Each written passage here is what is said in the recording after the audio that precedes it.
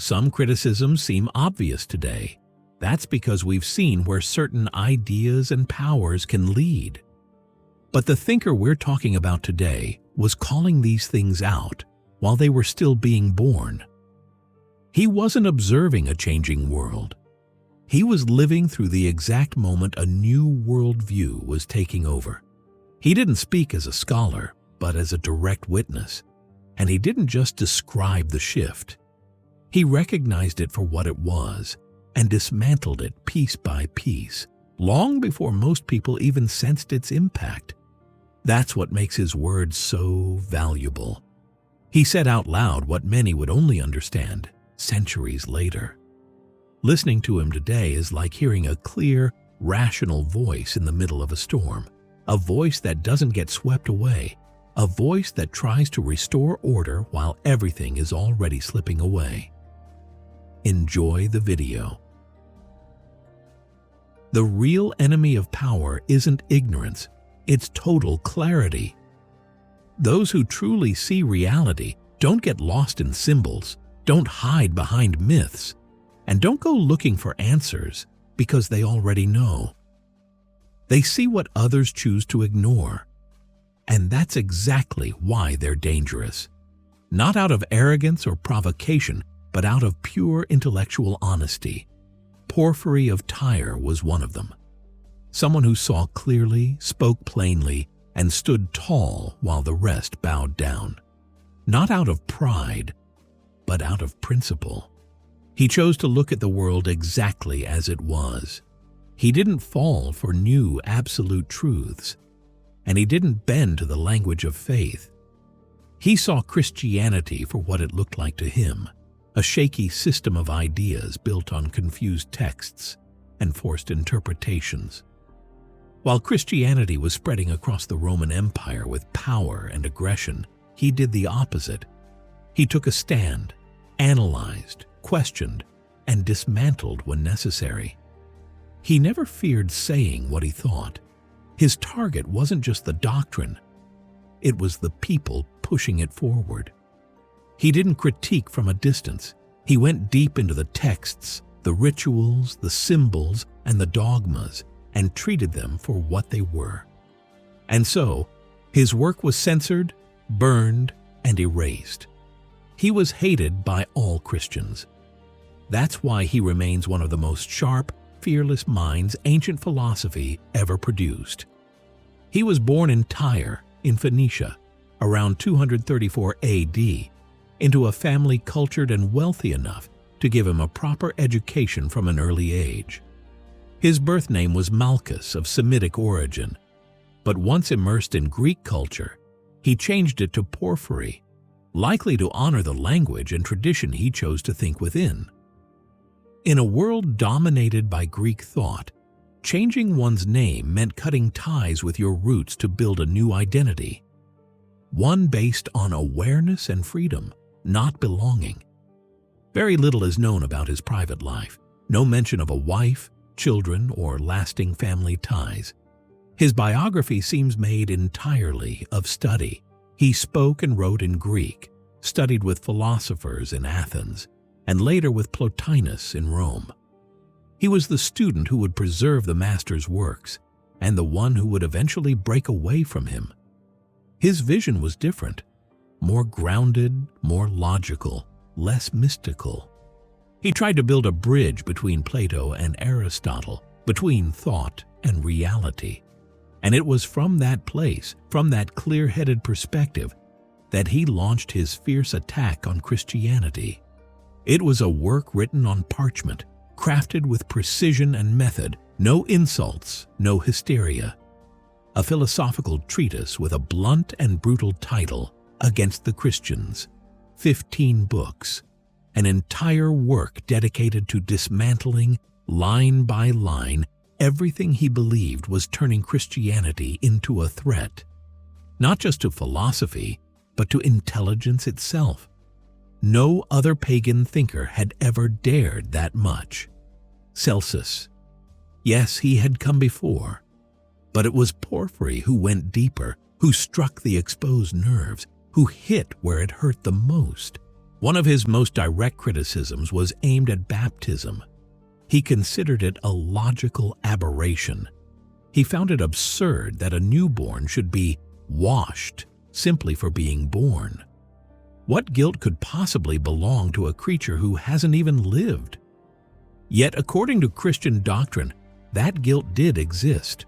Original sin, a collective inheritance tied to Adam's disobedience, a burden passed on at birth, which only baptism could erase. To Porphyry, the whole idea made no sense.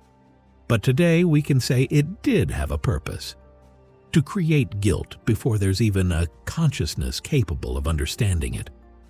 A subtle yet incredibly powerful way to begin exerting control from the very beginning. He was even more critical of baptism for adults, not because of the ritual itself, but because of what it promised: total erasure of the past. All it took was to be submerged in water to be freed from all wrongs, all sins, all past actions. At the time, it was a common practice among converts. Baptism was seen as a symbolic cleansing of sin, a ritual marking the start of a new life, emptied of everything that came before. To Porphyry, it was a spiritual illusion that didn't bring awareness. It offered cheap absolution, a way to grant forgiveness to anyone, or more precisely, to those deemed worthy of it. That ritual, in its simplicity, carried something deeper: the idea that one symbolic act was enough to feel absolved. That religion could wash away the weight of one's actions through a mere gesture. And then, what would stop someone from committing anything terrible, knowing they could be cleansed right after? Porphyry couldn't have known it yet, but in time another practice would emerge: the confession of sins. A ritual that would take on a more formal shape between the 4th and 5th centuries and be fully codified in the Middle Ages. A refined mechanism in which simply listing one's sins in front of a religious authority guaranteed forgiveness. No real punishment, no true reparation, just absolution. And in the end, this only reinforced what Porphyry, without saying it in these words, had already seen. When forgiveness becomes automatic, responsibility loses all meaning. Another major target was Scripture. Porphyry went back to verify dates, texts, and sources. He was one of the first to argue that the book of Daniel, presented as prophetic, was actually written much later, after the events it described had already occurred.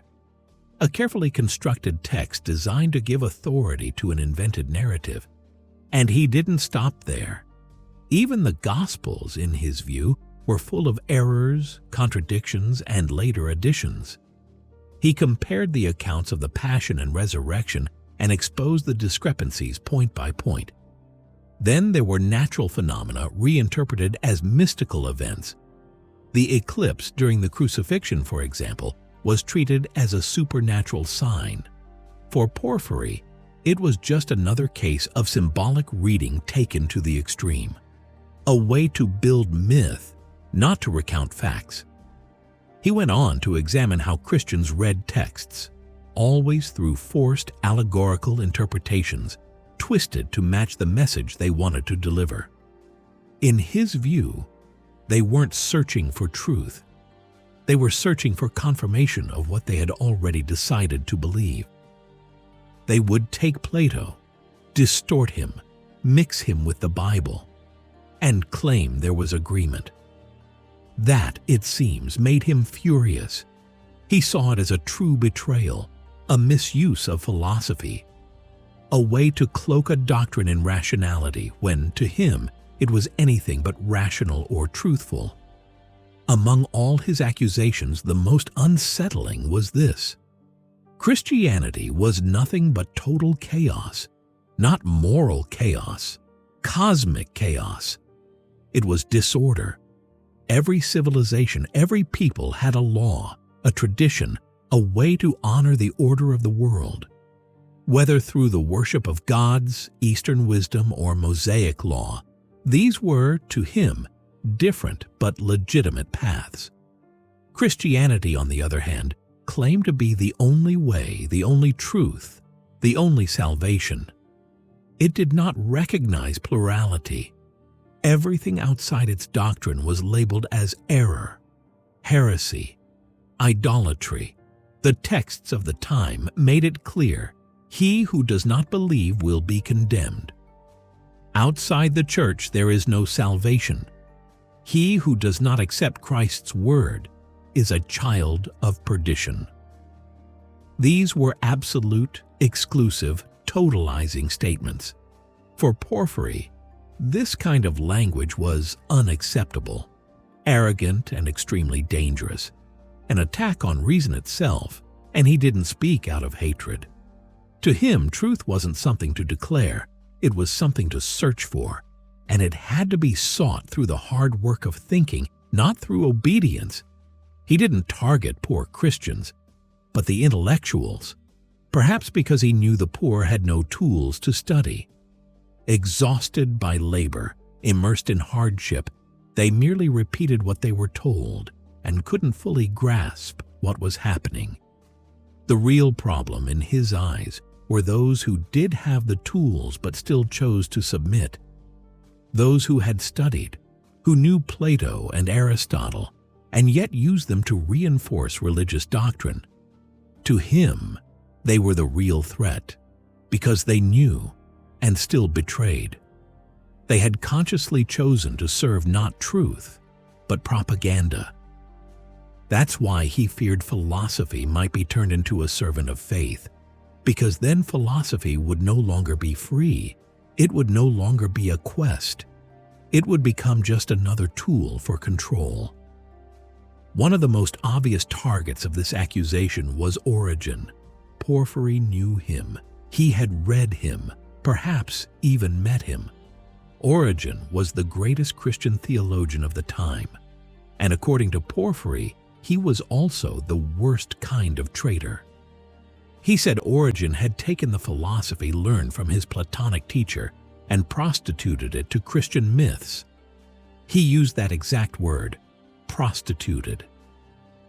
A brutal accusation that says everything about the contempt he had for that kind of intellectual. But then, why write an entire work against the Christians?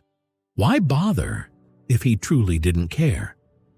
The point is that Porphyry believed the Christian idea was undermining the entire order of the world, because it broke the bond between seeking and truth, between freedom and the ability to think.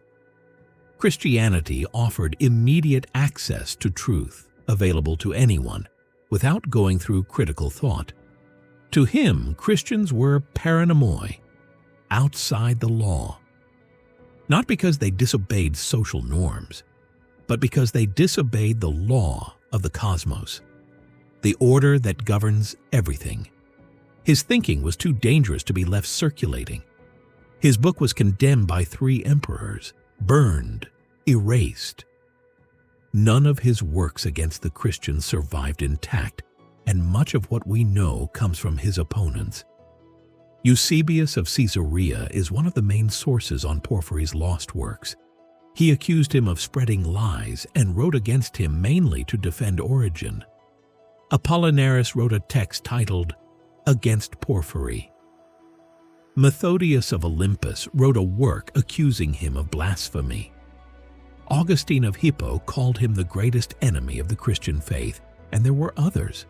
Finally, in the 5th century, Emperor Theodosius II officially ordered the destruction of all copies of Against the Christians. And let's be honest, if an entire tradition worked so hard to destroy him, maybe his words truly struck fear. And perhaps that's the point. Porphyry wasn't just criticizing a religion. He was trying to save something greater. He saw in that new cult not just a spiritual shift, but a radical transformation of what it means to be human. Faith, to him, wasn't just entering people's hearts, it was rewriting their consciousness, suffocating freedom, extinguishing critical thought. In Porphyry's eyes, religion didn't elevate man. It diminished him. It made him blind, passive, submissive, and in that sense, it truly began to kill what makes a human being human, the ability to think. Porphyry died around 305 AD, likely in Rome, though the exact date remains uncertain. There is no tombstone. Like many philosophers of his time, he vanished into the silence of history. But Porphyry is not just a voice from the past. He's a sharp resistance against those who were writing humanity's destiny using faith as a tool of power. His words capture a crucial moment, the beginning of a control that many failed to see, but which he had understood completely.